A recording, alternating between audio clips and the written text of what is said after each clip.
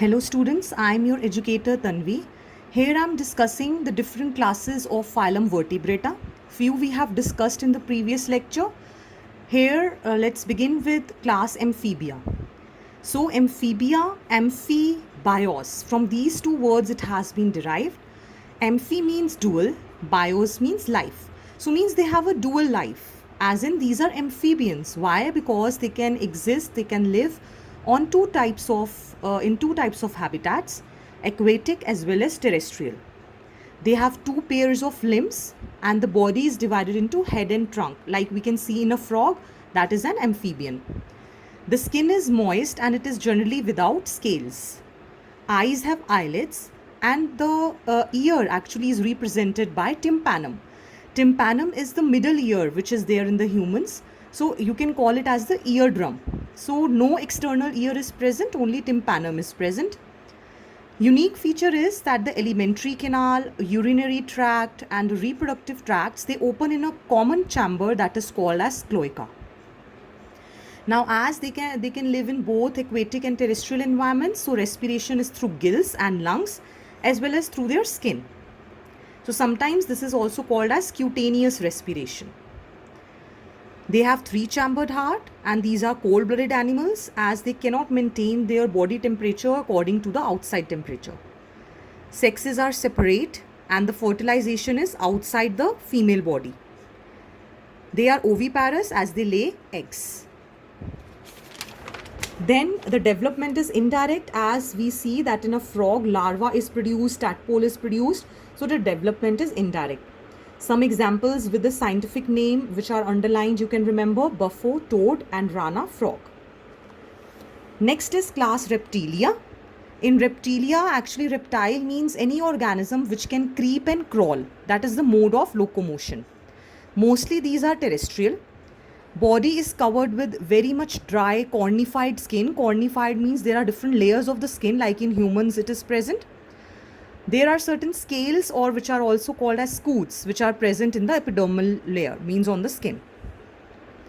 Again, they do not have external ear, so the tympanum, which like in amphibians, it represents the ear in case of reptiles also. Reptiles have three-chambered heart, but the exception is crocodile, which has four-chambered heart. Now they shed scales, like especially the lizard and snakes, so that is called as skin cast. Sexes are separate. Fertilization is inside the female body. Again, these are egg laying. And the development is direct, as there is no larval formation. Examples: Crocodylus, crocodile, and Hemidactylus, the wall lizard. Next, coming to class aves. So aves actually includes the birds. So we know that birds have a unique feature to fly, and that is due to the presence of feathers. Only exception is the flightless bird, that is ostrich. Then their hind limbs, they are very much modified into the scales they have. Now these scales, what these will help?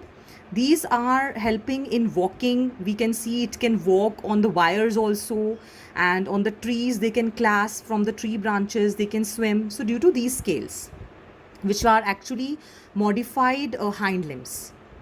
Then the skin is dry, only one oil glands are present, which makes it little oily. Because the birds need to fly, so their bones are hollow. So hollow bones have air cavities, which is called as pneumatic. So the bones can be called as pneumatic bones.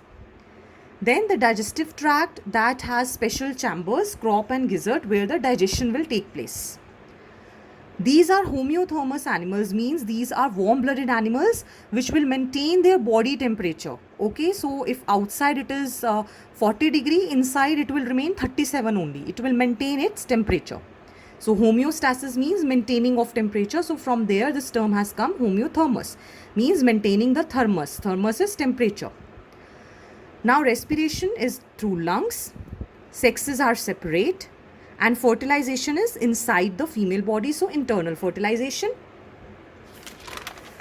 Then these are egg laying, so oviparous. No larval stage is present, so it is the direct development they have. Examples: crow, corvus, struthio, ostrich. So whenever you write the scientific name, it should be underlined. Last class of the phylum Vertebrata is class Mammalia. It is found in a variety of habitats. What are the unique features of mammals? They have mammary glands, which is used to feed the young one, to give the nourishment. They have two pairs of limbs. Unique, another feature which is absent in other classes is the presence of hair on the body for the protection. Then another feature is they have external ear called as pinnae. They have teeth and jaws. Again, these are warm-blooded animals, or homeothermous means they maintain their body temperature. Fertilization is inside the female body, so it is internal fertilization. Generally, these are viviparous, means the young ones, they give birth to young ones. They do not lay eggs. Only exception is Ornithorhynchus, which is platypus, and even Echidna. These are the exceptions which lay eggs. Rest of all the mammals like humans, then even in whales, all these dolphins, these are viviparous.